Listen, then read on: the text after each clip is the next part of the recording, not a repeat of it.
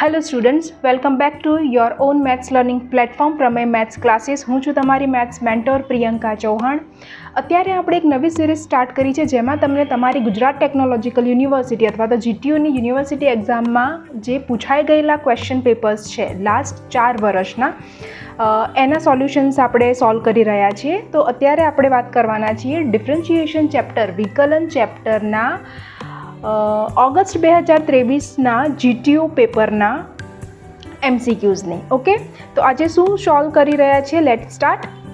તો અહીંયા તમે જોઈ રહ્યા છો કે આજે આપણે શેની વાત કરી રહ્યા છીએ, ડિફરન્શિએશન ચેપ્ટરની, જેમાં ઓગસ્ટ 2023નું પેપર મેં અત્યારે લીધેલું છે. તો અહીંયા તમને પહેલો ક્વેશ્ચન દેખાય છે કે d/dx ઓફ e⁻x એટલે એનો જવાબ શું આવશે. તો અહીંયા તો એકદમ ઇઝી ફોર્મ્યુલા છે, direct d/dx of e⁻x. e⁻x એટલે કેવું ફંક્શન કે જે સૌથી ઇઝીમાં ઇઝી છે. ક્વેશ્ચન પણ એ જ છે અને આન્સર પણ એ જ છે. તો આનો આન્સર શું આવશે? e⁻x as it is. Okay, તો અહીંયા આપણને ક્લિયર કટ કોઈ જ મહેનત વગર અને કોઈ જ થોટ પ્રોસેસ યુઝ કર્યા વગર આન્સર ખબર પડી જાય છે કે આન્સર છે આનો yes, e⁻x. Simple. Next question શું છે, લેટ્સ સી. યસ, ક્વેશ્ચન તમને એવો પૂછે છે કે fx આપણને આપ્યું છે log x. પહેલાં તો એ લખી લઈએ, fx બરાબર log x. ઠીક છે. હવે આપણને શું પૂછ્યું છે કે વોટ ઇઝ f'1. f'1 આપણે શોધવાનું છે. આપણો ટાર્ગેટ આ રહેશે, f'1 ઇઝ ઇક્વલ ટુ કેટલા.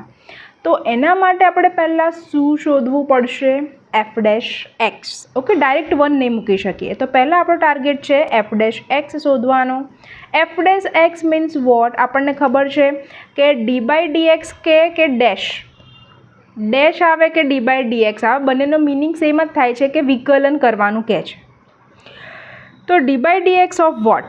fx. f'(x) એટલે તો અહીંયા આગળ f'(x) શું રહેશે? d/dx. fx આપણને આપ્યું છે log x. જો તમને log xનું ફોર્મ્યુલા યાદ છે, જે આપણા વિકલન અથવા ડિફરન્શિએશનના લિસ્ટમાં ઓલરેડી છે જ, તો log xનું વિકલન થાય છે 1/x. એકદમ સિમ્પલ ફોર્મ્યુલા છે. તો આપણને મળ્યું f'(x) is equals to 1/x. હવે આપણે શું શોધવાનું છે? અહીંયા આપણને ખ્યાલ છે કે આપણને જોઈએ છે f'(1). તો xની જગ્યાએ આપણે શું મૂકવું પડશે? 1. તો અહીંયા સ્ટાર્ટ કરી લઈએ. xની જગ્યાએ 1 મૂકીને આગળ કેલ્ક્યુલેશન કરવાનું. તો 1/. હવે અહીંયા આપણે xની જગ્યાએ 1 મૂક્યું ઓબ્વિયસલી, તો અહીંયા પણ આપણે શું મૂકીશું? xની જગ્યાએ 1. તો જવાબ આવશે f'(1) is equals to 1. Okay, તો અહીંયા જોઈએ કે આપણો ઓપ્શનમાં આન્સર છે yes, answer is 1. Easy. Next. હવે આ સરસ ટ્રિકી ક્વેશ્ચન છે. જો પહેલાં તો ક્વેશ્ચન લખી લો, d/dx ઓફ 3 log 3x². હવે અહીંયા ધ્યાન રાખજો, બહુ અઘરું ટર્મ દેખાય છે પણ એકચ્યુઅલી છે નહીં. કેમ નથી? જો તમે સેમિસ્ટર 1માં લોગેરિધમ ચેપ્ટર કમ્પ્લીટલી ભણ્યા હશો, લોગવાળું, અને તમને એનું જો એક રૂલ યાદ હશે તો આ એકદમ ઇઝી થઈ જશે. પહેલાં તો એ રૂલ યાદ કરી લઈએ કે a⁻log x²a. શું દેખાઈ રહ્યું છે તમને અહીંયા? બેઝ લોગનો a છે અને આખા ટર્મનો બેઝ પણ શું છે? Same to same. ઓકે, તો આ બધું જ નીકળી જશે, આ બધું કટ થઈ જશે અને ખાલી જવાબ શું બચશે? x. હવે આને ઇઝી ફોર્મમાં સમજવાની ટ્રાય કરીએ કે 3 log 5/3. તો સીધો જવાબ શું આવશે? આ બધું જ ઉડી ગયું, નીકળી ગયું. ઓકે, અને હવે આન્સર ઇઝ 5. ઠીક છે. તો આનો મતલબ શું થયો કે જ્યારે આ બધું સેમ ટુ સેમ હશે, 3 અને 3 બંને આધાર, બંને બેઝ જો સેમ હશે તો આખું ટર્મ નીકળી જશે અને છેલ્લે જે ઉપરની સાઈડ એટલે લોગની સામે લોગ જેનો હશે એ જવાબ આવશે. હવે અહીંયા આપણને એવું કંઈ દેખાય છે, લેટ્સ સી.